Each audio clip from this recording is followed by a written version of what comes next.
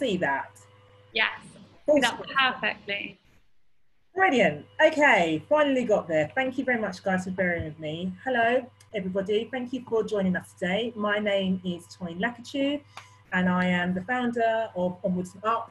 I'm a fashion business development and digital consultant. My background is I've worked over 12 to 14 years in fashion and retail sector, working with fashion retail and creative and beauty brands, helping them to expand internationally, also building business development strategies, international strategy, marketing, pricing strategy, and also digital strategies, which has become an ever-growing area over the years. And actually, in my last role, before I left, I spent a lot of time working in the field of digital and how businesses should be getting more involved with it and how to get to grips with, in terms of getting more engagement and traffic to the website. So just to kind of move on. So this is me, as I say, yeah, you know, I've kind of been around. And as part of that, I've now set up Onwards and Up, which basically focuses on working with small to established businesses in all the different areas of business strategy, marketing, exporting, and digital. And it's very kind of either mentoring, hands-on kind of advice, practical work, working with businesses on relevant areas of the business. So coming back to today, so this is what we're going to kind of cover. So it's a bit of a whistle-stop tour we're going to go on around SEO, website building, content, navigation, how to build traffic to your website, building links, all sorts of things. So hopefully, as I go through this presentation, you all get something out of it and get a bit more better insight into how your website works, how search engines work, and how to kind of create better content so that the two kind of work hand in hand and improving you know, customer experience when they come to your website, and hopefully that will convert into sales on your website. So to start off with, what is SEO?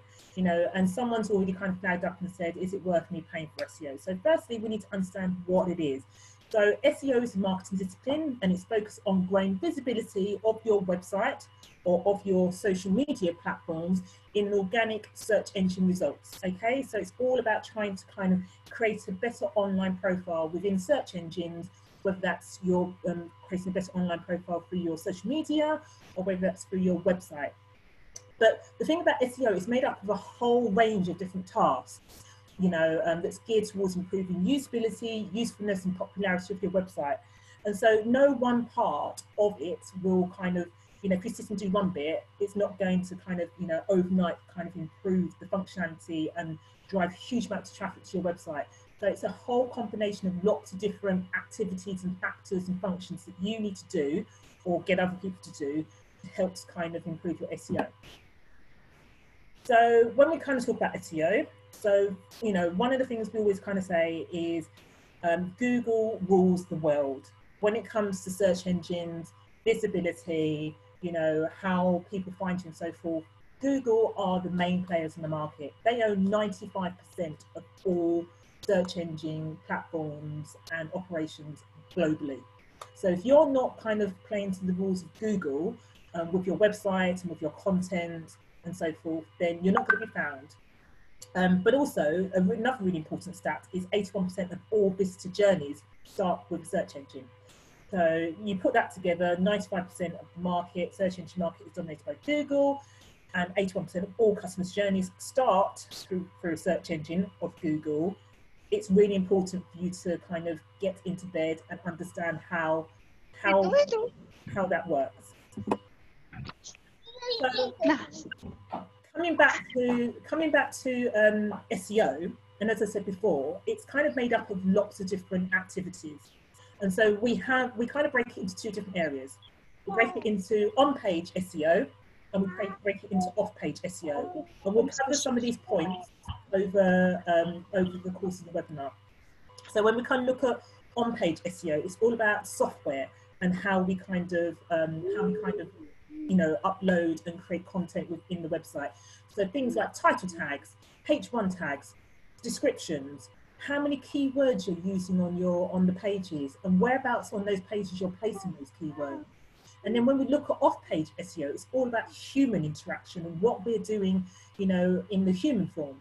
And that's kind of looking at things like link building, you know, so kind of getting links from other people to bring traffic to our website, whether that's using influencers, whether that's using bloggers, whether that's getting press, you know, using social media platforms and how active and how much engagement you get from customers from your social media platforms that drive traffic back to your website, through to the content and articles that people are producing and that people are writing about you, through to bloggers and blogs and forums. So it's made, as we can kind of see, there's a whole system of different tasks that kind of make up SEO.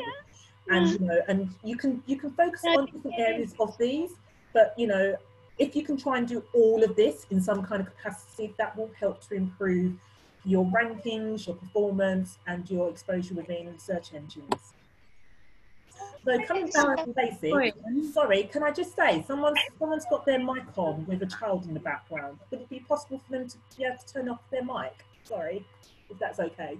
Thank you. But I think you can mute people if that's easier. Okay, I can't see the people. I can just see you in my corner, Mandy, and that's it. Oh, wow. Happy to be here. So yeah, so let's kind of go back to the basics. So one, let's try and get a nice, good, professional looking website, and let's make sure that our website is adhering to some basic rules. So one of the things that I find when I'm kind of working with brands on, you know, digital strategies or looking at audits or performance of the websites is, you know, have you got the relevant certificates in place on your website? And when I say that, when you kind of, in the search engine bar, it's really important to kind of look in the search engine bar and to make sure that you have padlock in place on your, when people come onto your website. Most platforms, so for example, Shopify usually as part of the package will provide you with an SSL certificate. Places, depending on what package you're on WordPress, if you're on WordPress.org, you will need to get your SSL certificate from your website domain host. But the SSL certificate basically ensures your website is secure.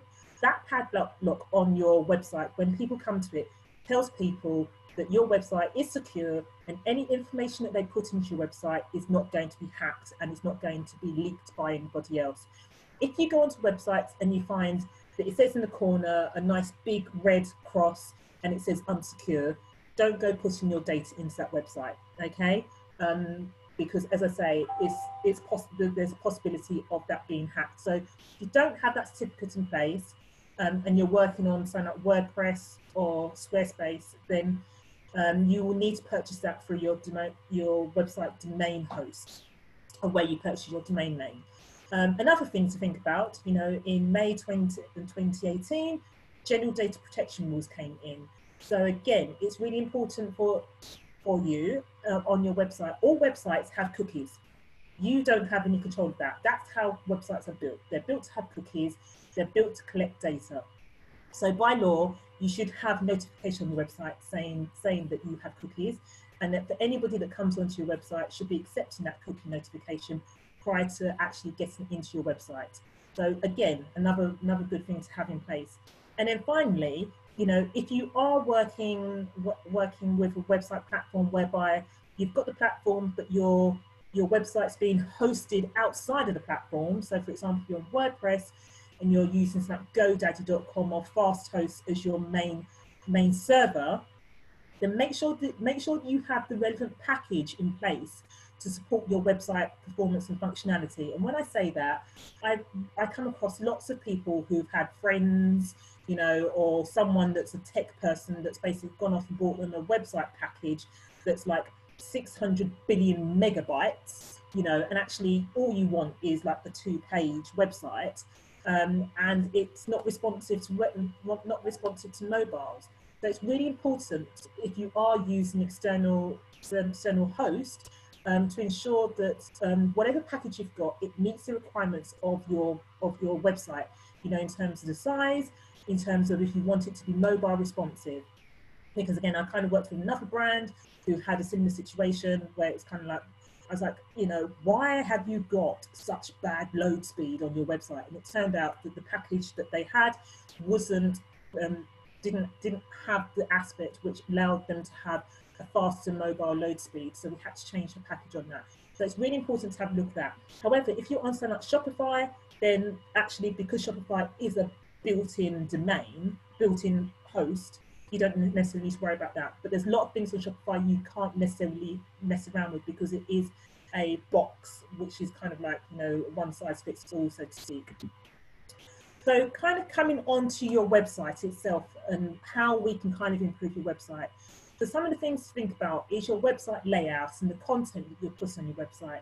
So I always kind of say that there's a 5-second rule.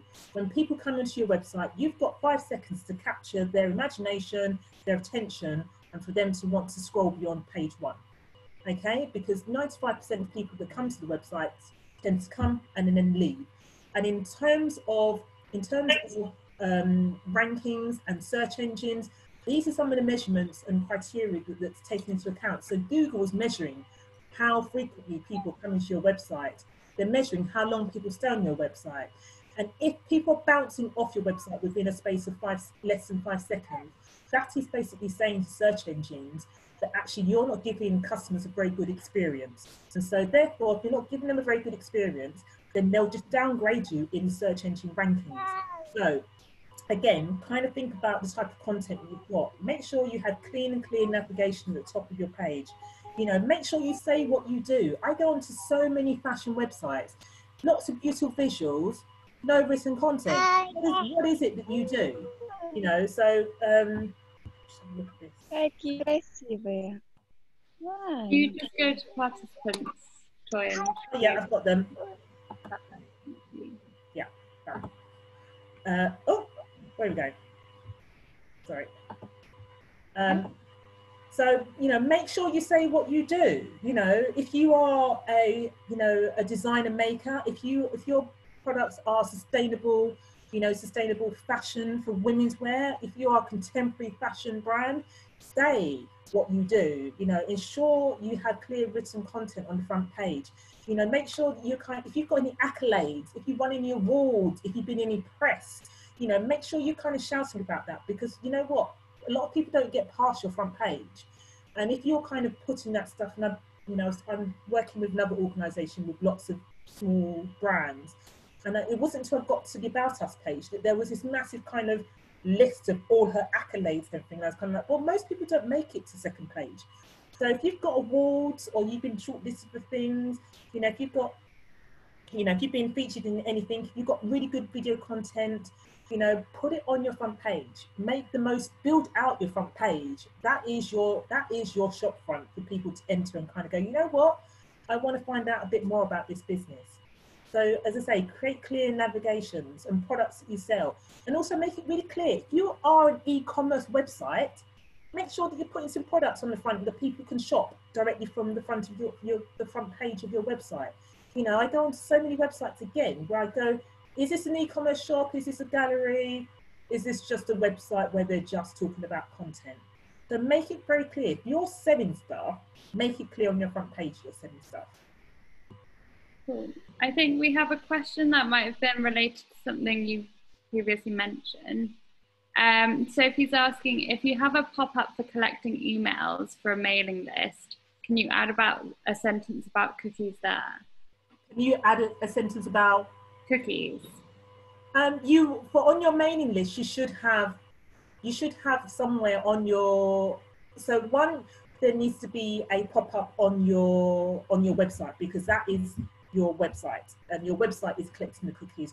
Your mailing list pop-up is something very, very different, because people can opt in and opt out of that. But however, on your mailing list sign up, you should also be kind of specifying, you know, so if you're using something like MailChimp, you know, MailChimp have already kind of enabled functionality for you to be able to add those kind of consent.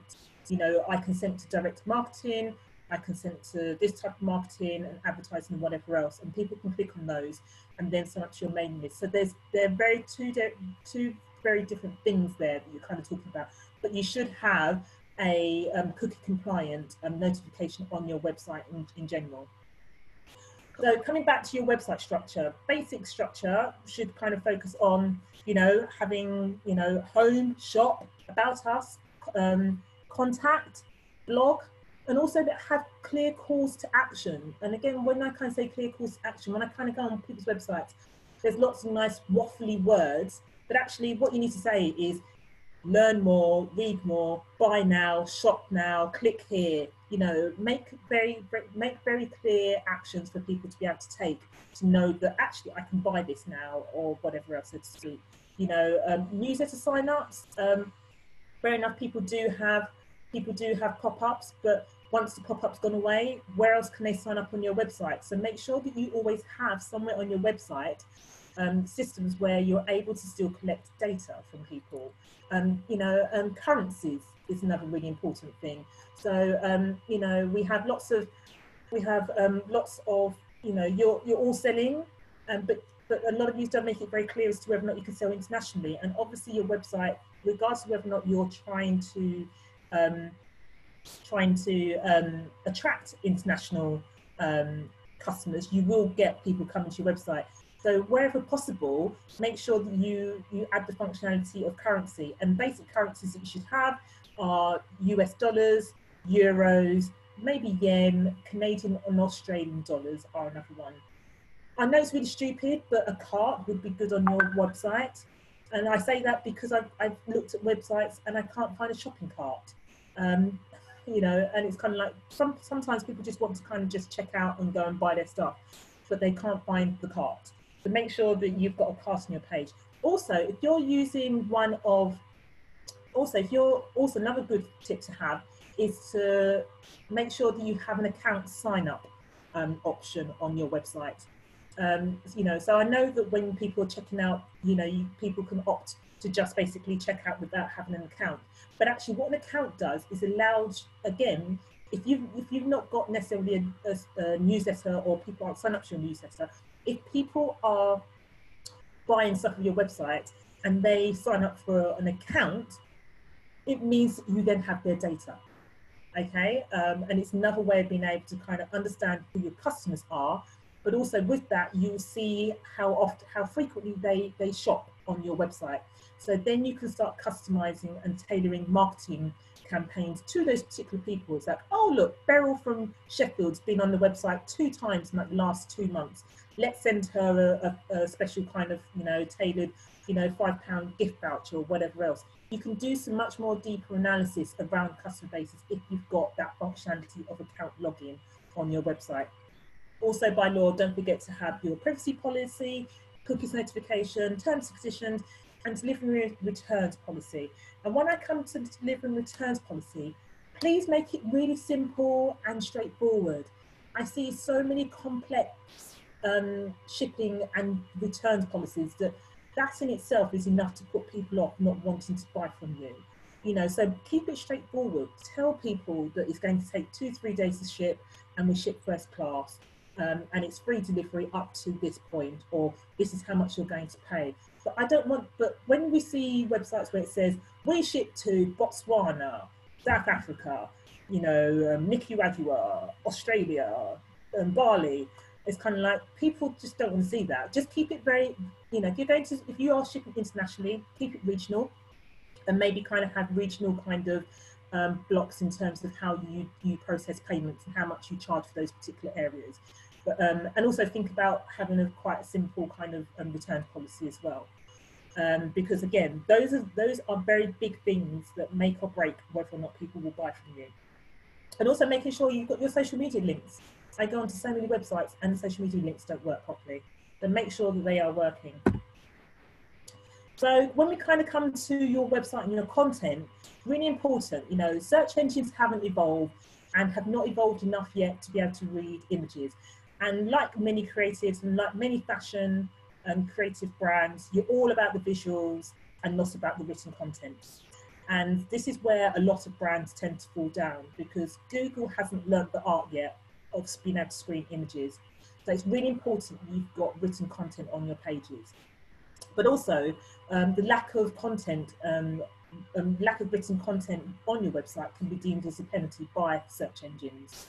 Okay, so there are rules around, you know, having around about 500 words written on a page to give some kind of context to that page. And it also enables search engines to be able to rank you for certain keywords and to kind of index your pages in relevant kind of content. So keywords are a really important part of SEO. You know, so when we kind of think about product descriptions, I read lots of product descriptions and they tend to be really basic and just kind of like, yeah, this is what it is, you know, and it's really good to use good keywords that consumers are searching for. Because again, when we go onto search engines, we don't kind of just type in, you know, we don't just type in, I don't know, you know, a pink calypso ring, you know, we'll maybe type in something like a pink ring.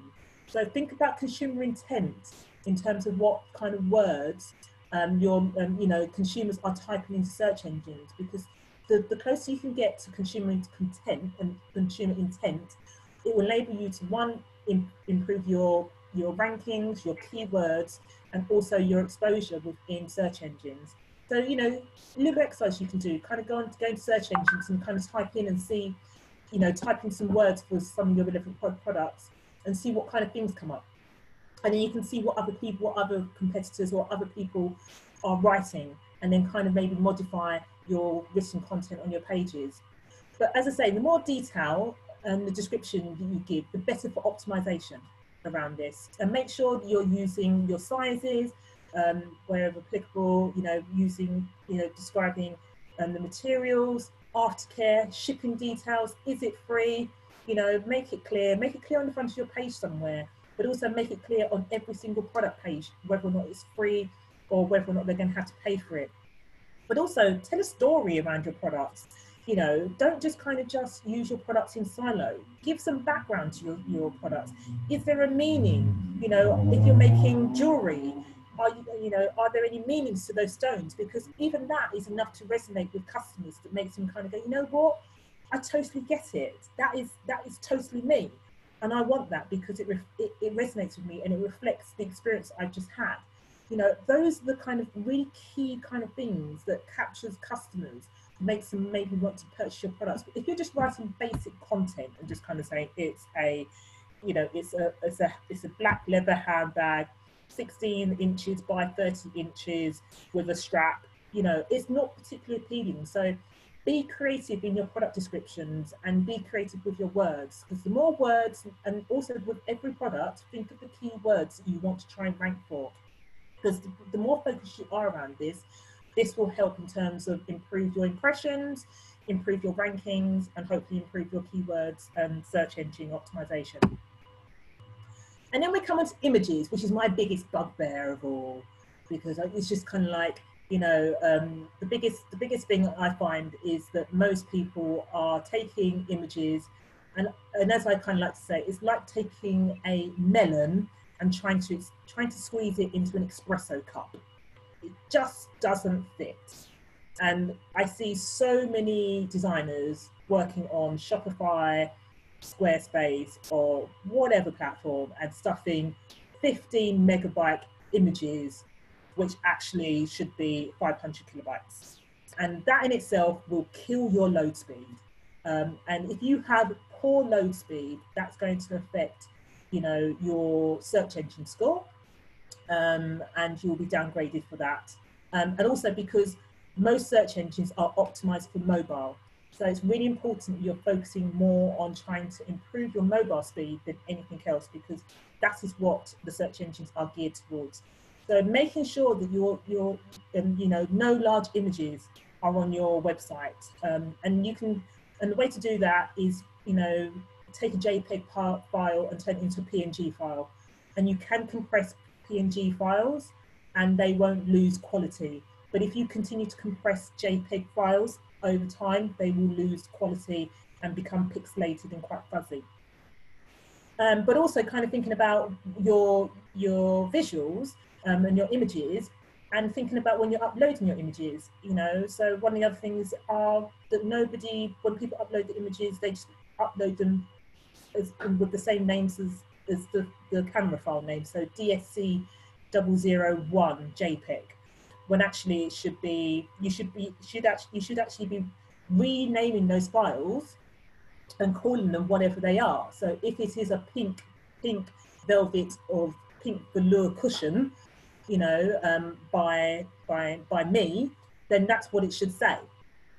Because again, when it comes to SEO, this is what search engines are looking for, and so forth. And also if you're not kind of naming your files either in the file name or on the website, these images don't get found in Google search engines.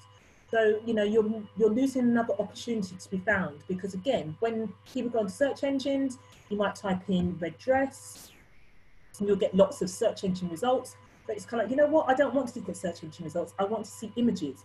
So you'll click over into images and look at all the images of red dresses and then pick from there. But if you are not giving your files the correct names or using the correct keywords, you'll never be seen in Google or in search engine image portfolio. So, you know, things to remember kind of going forward, alt tags. So remember to alt tag all your images. And so when I say alt tags, when you upload your images into the relevant platform, there'll be a section that then has alt tag. And most people forget about that bit. Again, put something in there, put your keywords in there.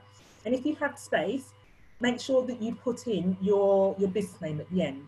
You know, so we kind of say around about 60 characters, including spaces, is what you should be using for your description for your images on the page. A bit like what we've kind of done here. Also, by putting alt tags in, it also enables people who are short, who have poor sight, who can use voice-assisted kind of technology that can then read to them what those images are on the pages that they're seeing.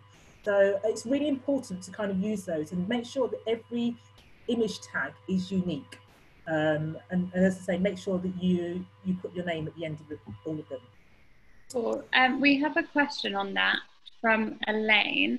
Can you name the images differently to spread your bets, so to speak? I wouldn't necessarily name your images differently to spread your bets. I would name your images appropriate, because you're then trying to cheat the system. And search engines kind of know when people are trying to cheat the system. You want to try and be consistent, but you don't want to be using the same, words all the time, because as we say, every image or every page has to be unique on the website. So, you know, try and keep it within a category, so to speak, rather than trying to go, oh, you know what, we'll just kind of, you know, we'll call this a dog jumper, a cat jumper, you know, a tortoise jumper, and hopefully that will come up somewhere in the animal jumper. When someone's kind of typing in animal jumpers will come up. Be consistent is the thing, because search engines have become really, really smart, that they understand all of this, you know, and they want to make sure that whatever you're writing, so if you're putting images on and you've got written content, they will also look to make sure that the two are pairing up as well, so that the messages are consistent, so to speak. So so then kind of coming on, we have test my site. So this is a really good point. Toya, we just have another question on that, if that's okay. Okay. Could you give an example of an alt tag? So an alt tag, so basically so let me go back. So that's an example of an alt tag. So the amethyst print Remy long sleeve swimsuit.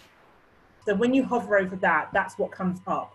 So what they've done is they've uploaded their image into the relevant box on the platform, and then you will see that there will be a box aside it which will say alt tag, and that is where you put that information in. Okay, so an alt tag is, what is this product? So it's an ethical handmade sun hat, or ethical handmade white hat. You know, so you might want to put some of your keywords in there. So if you've got sustainable, or you've got ethical, or if it's handmade, you know, if they're really important to you, then put that somewhere in your tag. You know, contemporary Panama hat, you know, sustainable Panama hat. So play around with the words. You know, if you've got similar images, just play around with the combination of the words, rather than just copying the duplicating that particular description, so to speak. Is that okay? Cool. So is it like a product description but in 4 to 5 words? It's a product title. Yeah. It's a product description or product title. Well, not product title, it would be a product description, which again, when you're kind of thinking about consumer intent or visitor intent, what are people writing in search engines to get to your product? So, you know, if you've got a product, say a hat, you know, what kind of things do you think people will be writing to get to your hat? If it's a white straw hat, you know, so that might be one of the things you might want to write. White straw hat UK might be something you might want to write, because you might be trying to focus on trying to get more customers here in the UK. And if people see UK at the end of it, they go, oh, they're in the UK, so I can see what they've got, so to speak. So just kind of think about the customer intent. But as I say, use search engines and type in lots of different combinations and see what comes up or who comes up. It's something to kind of look at. Okay? Yeah, so should you add the brand name in the alt tag? You can add the brand name in alt tag. I would say add the brand name at the end, because actually, you know, if you are quite young and emerging, the likelihood is that people aren't necessarily going to be looking for your brand name. So the priority and the focus should be on the product at first, you know, until you're maybe America Transu or Peter Pilotto. You know, I see them and it's kind of like, you know, Peter Pilotto, red dress, you know, because people are looking for them. But if you've not necessarily established your name, then actually your main focus is on trying to get as many businesses as possible who are looking for that particular kind of product. Yeah? Yeah, that's great. Thank you. Okay, so come on to Test My Site. So this is a really good tool from Google, which you should have a look at to kind of work out what your website load speed is. It's free. Go to Think with Google. Google Garage, got loads of kind of free tools on there. So all you need to do is kind of upload your website URL into the tool, and it will just do the rest, and it will come up and it will tell you how long it takes for your website to load. It will give you a score, and it will say poor, you know, anything, I think anything over like 2 seconds is poor on Google. And it will then tell you how to fix it, or what's wrong with it, what's wrong with your website that you need to correct to improve your website scoring with Google. Usually, if you are on something like Shopify, the frequent things that usually come out are things like minify CSS files and stuff like that, and they can be quite difficult. They're quite technical, and they are some of the things that you can't necessarily control or change as such on a platform such as Shopify. Also, because Shopify is hosted in a different country, so there may be some kind of discrepancy there in terms of load speed, because it's not kind of loading from the UK, it's most probably loading from something like the US. So, you know, but it's a good way to kind of have a look and see how your website's performing anyway, and take into account what it's saying. And if it says things like optimize your images, take into account some of the things I've just said around that. And then we kind of come on to link love, you know, and I think this is the biggest and this is the most growing area in terms of SEO that everybody's chasing at the moment, and trying to kind of optimize their website. So when we talk about links, it's all about building links to, you know, it's the important thing as part of your SEO. So we talk about links in terms of building internal links. So on your website, when you're thinking about when you're writing your content, don't create pages that are just silo pages that just talk about stuff. Make sure that you're kind of building links across your website. So, you know, people don't just come on and read the page and go, oh, that's nice. Okay, I'm off now. But actually, it's kind of like you should put links in there that takes them to other parts of the website. So then you're taking customers on a bit of a journey to get them hopefully to the end point of hopefully converting either into signing up or get them to convert and maybe purchase a product and so forth. So, you know, so whether it's your About Us page, whether it's your product pages themselves, you know, taking people to the delivery and returns policy, you know, from your About Us page, take them to your shop, you know, or take them, you know, if you're going to kind of write and say, we do handbags, accessories, take them to the handbags page, take them to the accessories page, on your Contact Us page. make sure you've got links going back into the website. Don't leave any page untouched, and make sure that whenever you're kind of you're building links internally, you're also linking creating those links with keywords.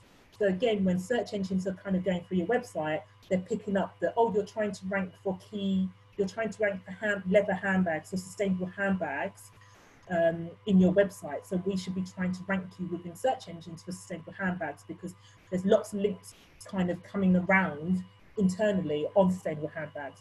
But also it's important to increase your external links. So one, if you're in a community of people, of brands, and you love talking about each other, big each other up and give each other a link. That's a good starting point, So when I talk about external links, it's trying to get links from other people. So, if you're part of Loan Design Club, then hopefully Loan Design Club will have you promoted on their website, and they'll be given a link back to you. And then you will be given a link back to Loan Design Club when you're part of either any of their pop-up shops, or if you're selling on their website as one of their stockists. So when you've got that whole kind of reinforcement, again, that helps to reinforce search engines to kind of think this is a credible website, there's lots of links going on here. And also it helps to improve your click-through. So when you kind of think about links as well, thinking about bloggers, thinking about press.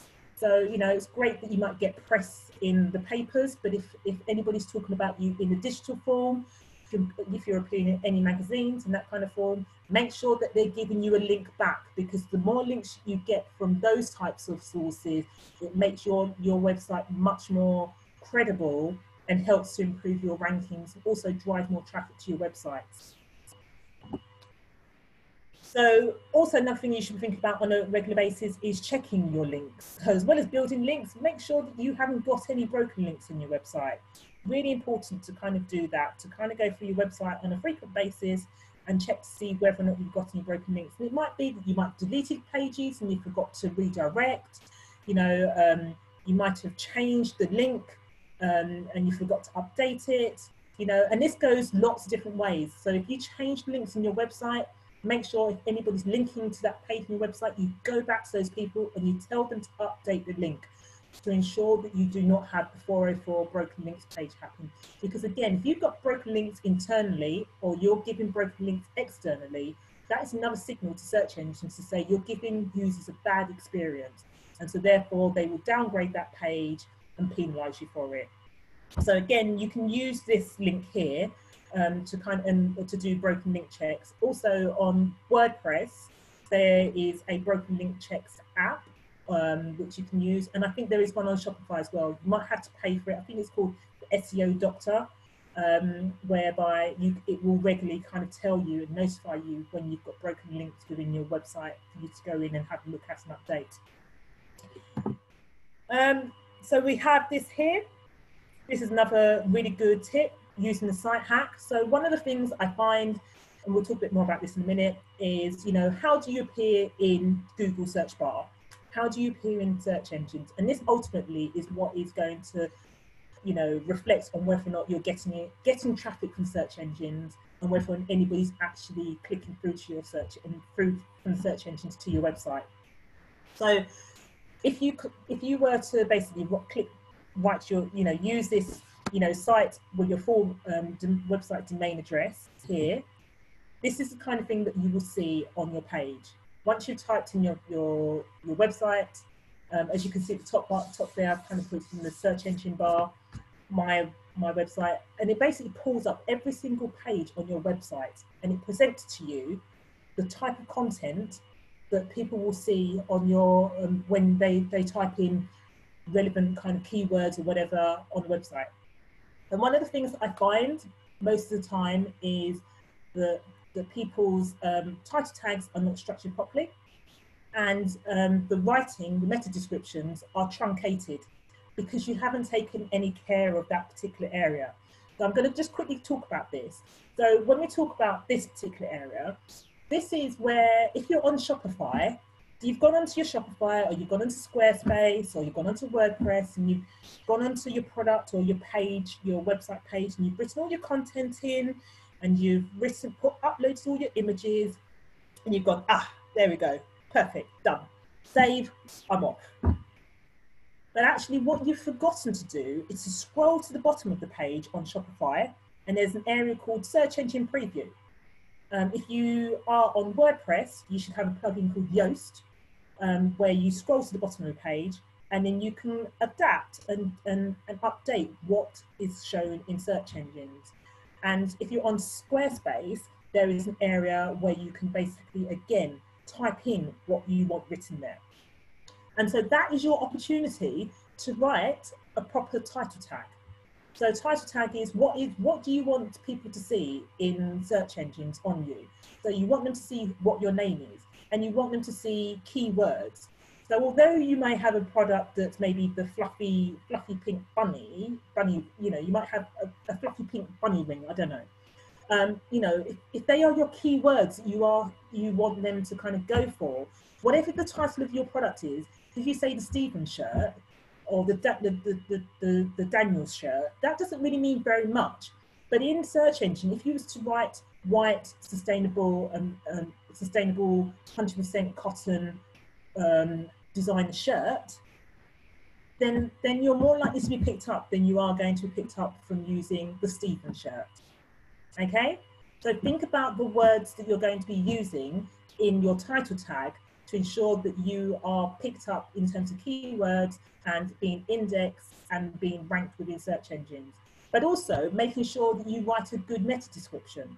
So again, people forget to write a meta description, and all that happens is search engines come in and they just suck. They just pull stuff off the page and go, yeah, we'll pull a bit of that, pull a bit of that. And then you end up with these gobbledygook kind of descriptions in the meta descriptions. And actually what you want to be saying there is kind of giving some kind of description about that product or about that page that makes people want to go to it, but also making sure you're using your keywords within that page there as well. So that's really important, okay? And then when you're kind of writing here, your your title tags should be no more than 50 characters, including your business name, if you want it to fit on properly. If you don't, then that's fine, keep writing and you will just get the ... going off the page. And for your meta descriptions, I know Shopify says it's 320 characters. That's wrong. It's 150 characters, including spaces, for your meta description there, okay?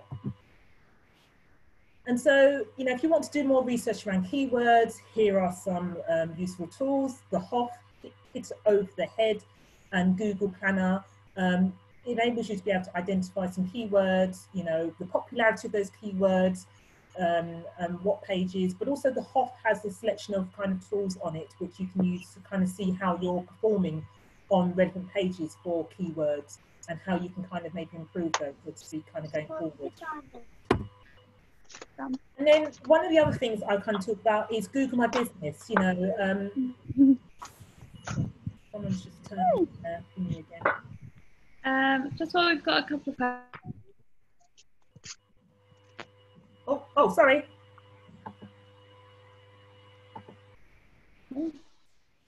Sorry, didn't mean to mute you. That's okay. When you delete a link and it comes back as broken link, how do you fix that? You do a 301 redirect. So depending on what platform you're on, so what do you mean by delete a link? Do you mean delete a page, or do you mean delete a link from your page? I think that means delete a page. So that it would then show up as a broken link when you clicked through. Yeah, delete it. So if you're on something like Shopify, if you are going to delete a page, then basically make sure that you redirect to another page. So whatever page you have deleted, make sure that you redirect that old URL to your home page, because your home page will always be your home page. Yeah, that will always be amandafullerlove.com. That's never going to change, whereas contents and pages around the website will. And there is a section within Shopify whereby you can do URL redirects, where you can basically go, this is the link that's being deleted, and we want anybody that comes to this link to be redirected to this link. And then you can add those in there for that one. On WordPress, you can download a plugin that will enable you to do that. If you've got Yoast on WordPress and you pay for the premium Yoast, it will automatically do that for you. Okay, so you will then kind of say where you want that redirect to go. If you're on Squarespace, then there's a bit of coding you have to do the 301 redirect. Cool. And Cherika's asking, what does it mean when nothing shows in the search engine, i.e. no meta description, but it used to show up with full detail? So if the search engine has no meta description, then either you've not, so I'm not going to get complicated because it's not complicated, but I've not necessarily talked about it here. So there's a section, there's one thing that you should all do is basically sign up for Google Search Console.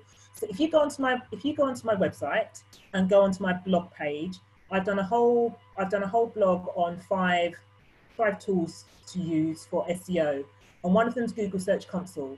And so Google Search Console, basically you submit your website to it and it will basically monitor the performance of your website.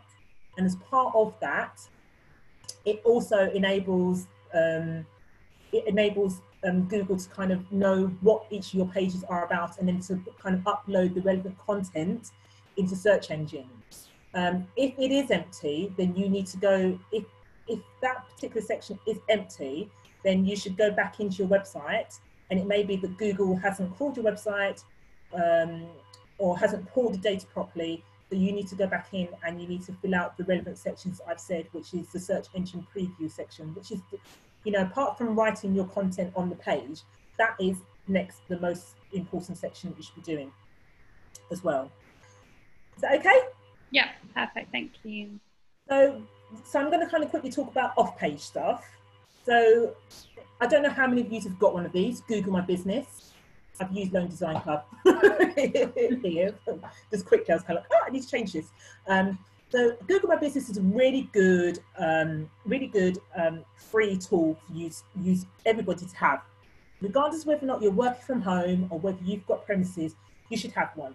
Because with Google and even with Bing, now they've kind of moved, a couple of years ago, all kind of moved to looking to identify and locate businesses by their locations, rather than kind of typing in businesses and looking for them in the search engine bar. A lot of businesses are now found via maps. Okay, so if you have got a location, or you have got a location, or if you have got a business, I would definitely recommend you have one of these, because one, it validates your business and gives you more credibility to Google to say, yep, we're a bona fide business. It gives you more exposure in search engines, and if you've got a really kind of competitive name, it helps you to be found a bit more easier. So for example, for me, my company name is Onwards and Up. It's a word in the Collins dictionary. So when I kind of first started, my business, I was most probably on the second page, and every dictionary in the world came before me. But now that I've kind of got Google My Business, I have improved my rankings, I must say. But regardless of what's being written in the search engine results, my business profile is slap bang on the right hand side. But also it gives an air of professionalism. For me, when I'm looking at businesses, and I'm kind of typing their business name into search engines, if I don't see Google My Business, I'm questioning, their validity, their credibility, how established they are as a business and so forth.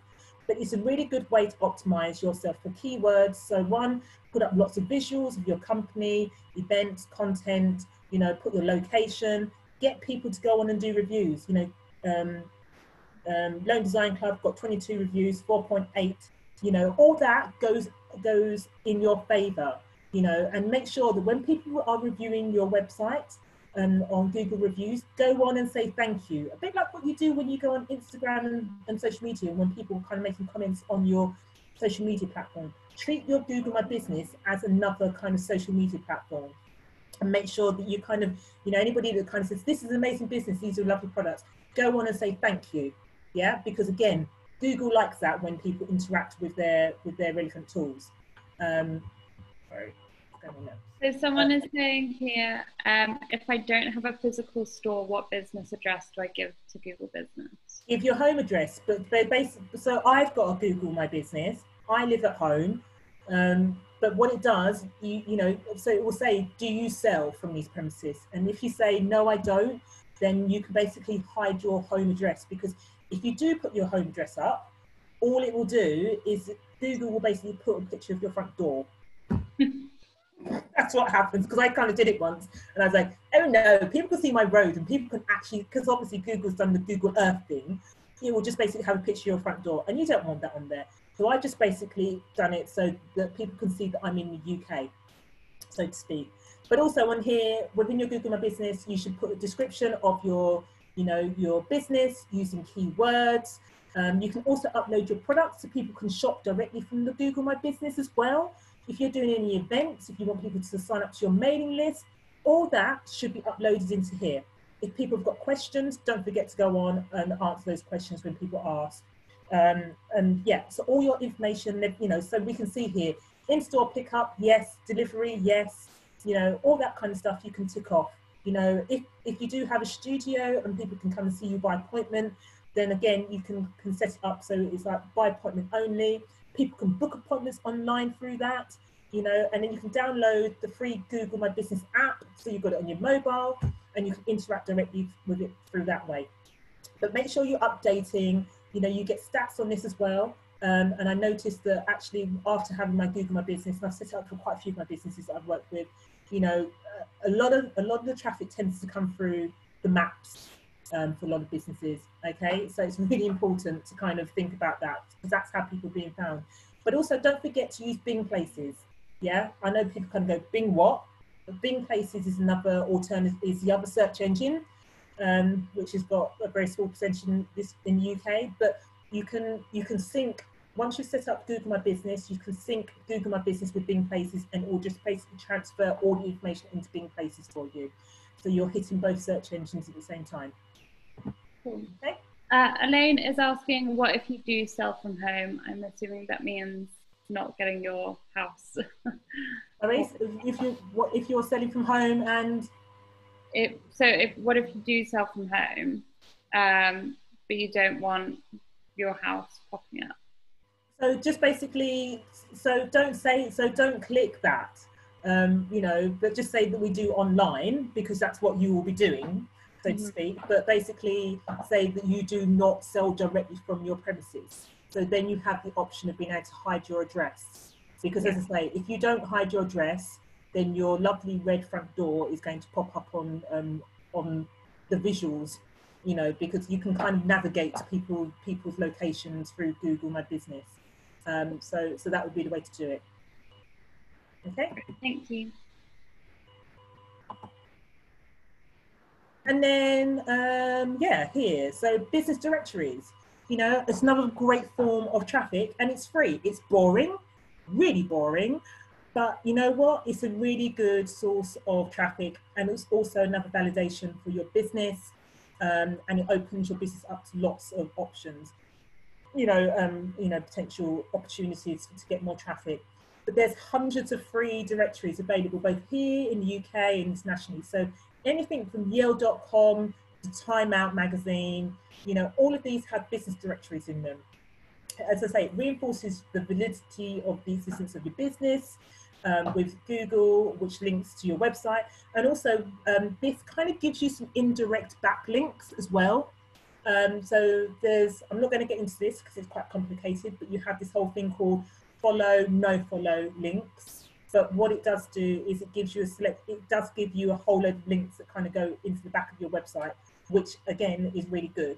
So, you know, I kind of done this last year, lost the will to live on doing this. But, you know, I've ended up with like 550 no follow backlinks to my website. But also within the directories, make sure that you're giving yourself a good profile and you're using the keywords, and you're putting some imagery up, and you're putting up your logos and so forth, to ensure that you're kind of helping people to want to kind of come through to you. But, you know, it's a great way to kind of open up your business, get new business opportunities, and provide, you know, new traffic flows to your website. And then finally, your Google Analytics, you know, making sure that you are tapping into your Google Analytics and understanding what is happening in your website. I would talk about Google Search Console, but that is for another day. But you know, this is the ultimate tool that kind of gives you all the data rather than working on hunches.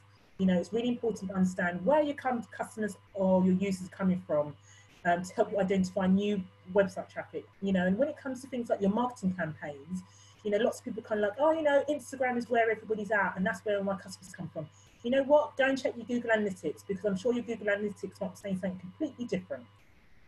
And if it is, go with that. Build your marketing campaigns and your strategies around that. Look and see where, you know, referrers and keywords that are being used to come to your website. You can identify some of that through your Google Analytics. Also, it tells you how long people are staying on your website. So that whole thing I said at the beginning about the bounce rate and how, you know, the 5-second rule, you can see what's the average time people spend on your website. It's kind of like, oh, people are coming onto my website on the front page and they're bouncing out, and the bounce rate is like 80-90%. That's not good. That means you have to go and fix that front page and make it better for users to want to stay there for longer. Okay, so all that kind of data is kind of hidden in your Google Analytics. See which pages bring the most traffic to your website, and again, you can kind of find out what pages are the most popular pages on your website. You know, how long people are staying on those particular pages. You know, on my website, the top 5 boutiques is my top performing, and taking selfies with confidence randomly are my 2 highest performing kind of, you know, pieces of content on my website. But yeah, so use your Google Analytics to help to build out your wider digital strategy of how you're going to acquire new customers, where you're going to get them, what marketing channels are you going to attract them from, you know, where are your sales coming from, what channels, and how you can kind of use those. Who are your audience? You know, the average age of your audience, what are their interests? All this can be found in Google Analytics. And so we're kind of coming to the end of this now. And so my final notes on this is your website is a constant work in progress, and you should be working on this on a regular basis. You know, and if you are a fashion or accessories kind of website, you should be updating your front page and your content on your front page every 3 months to reflect seasonality. Okay, you know, with SEO, it takes time and it takes patience. It's not something that happens overnight. You can't just kind of just type in something, hey presto, we've got, you know, 100, you know, new visitors to the website the next day. It doesn't happen like that. And, you know, I've had my website for 3 years. I've kind of been working on it. And, you know, year 3, without paying for anything, you know, it's getting there. It's getting the traffic, it's getting exposure, it's improving its credibility kind of going forward. You know, if I spent some money maybe on doing some more digital paid sponsor kind of advertising marketing, it would get there a lot faster, but I'm kind of working off my own kind of pace. You know, so, but the key thing is to, you know, we've talked about a lot of stuff here today, and it's like, whoa. The key thing is to build a plan and work for it step by step. Chip off a page at a time, you know, and work through that page and how you can improve that content, and ensure you are regularly updating and refreshing your content, but also making sure that you go back to those pages, you know, on your website every so often and having a quick tweak through. Because again, if you just leave the page, every time Google comes through, they kind of go, oh, it's the same old content, I don't need to look at this page anymore. But actually what you want to do is kind of give search engines incentives to want to keep coming back to your website by updating and refreshing and adding new content. And as I say, keep creating and feeding good content into your website kind of going forward. So that's it from me. I'm done for today. Thank you very much, guys. Has anybody got any questions? It's kind of like 27 things kind of going on in the thingy. Here's my details. Feel free to contact me. I do things like SEO audits and website stuff, website digital stuff, and kind of deep dive into websites and whatever else. Yeah, and I'm kind of part of LDC kind of business experts. But thank you very much for your time. Have we got any more questions? There was just one question that I want to go back to, which was about cookies. Yeah. So how do you add the pop-up about cookies when people land on your website? So that will be an app. So depending on what platform you're on, if you're on Shopify, you just need to kind of go into Shopify shop and just kind of type in cookie banner. And there'll be a whole load of free ones there that you just pick and you can customize. add the link to your privacy policy and install it and activate it that way. Same with WordPress, and most probably they'll be the same with all of them, will have a cookie banner. So if you kind of just type in cookie banner on any of the platforms, there should be a whole host of them come up, which should be free. You shouldn't have to pay for it, because it's just basically a little banner that pops up and says, do you accept the cookies, or we have a privacy policy? And just make sure that you then kind of link that to your privacy and cookies policy. Cool. And then people are asking for your contact info. So if it's okay, I can share your information with everyone. Yeah. Okay. Cool. We'll be. I didn't keep it up long enough. I'm kind of coming back into the forum. Yeah. Well, we'll be sending around a follow-up email tomorrow, so we can put anyone in touch. No problem at all. But thank you so much, Toyin. Will the presentation be available, or? Well, you've got it recorded. Yeah, we do have the video recorded, so the video will be available. No problem at all. Yeah, and I can. Yeah, that's easy enough for us. Yeah. Okay, cool. Well, thank you so much. It doesn't seem like there are any other questions, but if anyone does kind of come up with any questions after they go away and think about all of this information, then don't hesitate to get in touch. We're all right. I'm on Instagram and I'm on Facebook, and I'm on the mailing list. I've got a mailing list, so sign up to the mailing list on the website. There's lots of I've got lots of blogs and stuff as well on the website, which are quite useful, with lots of tips and stuff as well. So kind of have a look at. And when I grow another pair of hands, there'll be more content uploaded. And at some point, I do want to kind of do some mini videos to show how to do certain things on websites, which people don't understand. And then you kind of go, I need a tech developer. It's like, no, you don't need a tech developer. You just need to know how to do it yourself. The honest truth. Yeah, there's so much out there that you can do for yourself. Mm-hmm. So don't ever feel overwhelmed and bogged down by it.